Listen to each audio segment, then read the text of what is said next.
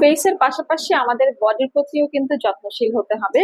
কারণ দেখা যায় যে আমাদের বডির যে ত্বক আছে সেটা কিন্তু ডে বাই ডে একটু ড্রাই হয়ে যায়, একটু দেখা যায় যে ডাল হয়ে যায় এবং একটু আনহেলদি হয়ে যায়। কারণ আমাদের হাত কিন্তু দেখা যায় যে বুড়িয়ে যায় যখন, তখন কিন্তু এই জায়গাগুলো একটু কালচে হয়ে যায়, কখনো একটু দেখা যায় রিঙ্কলস পড়ে যায়।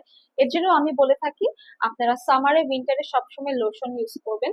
আর ডালফর বিউটি আলট্রা হোয়াইট যে বিউটি লোশনটা, এটাতে কিন্তু আপনারা ইউভিএ ইউভিবি প্রোটেকশন পাচ্ছেন, স্কিন হোয়াইটেনিং এর একটা ইফেক্ট পাচ্ছেন, এসপিএফ 50+ আছে।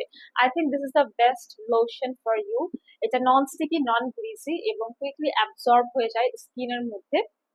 প্লাস এটা কিন্তু আপনাদেরকে আমি বলবো যে একদম ডিপ লেয়ারে গিয়ে স্কিন পেনিট্রেট করতে হেল্প করে এবং আপনার স্কিনের মধ্যে কিন্তু যাদেরই দেখা যায় যে একটু রুক্ষ শুষ্ক ভাব হয়ে যায়, তারা কিন্তু এই লোশনটা তখনই ব্যবহার করতে পারবেন। এটা দিলে হচ্ছে স্কিনটা একদম স্টিকি হয়।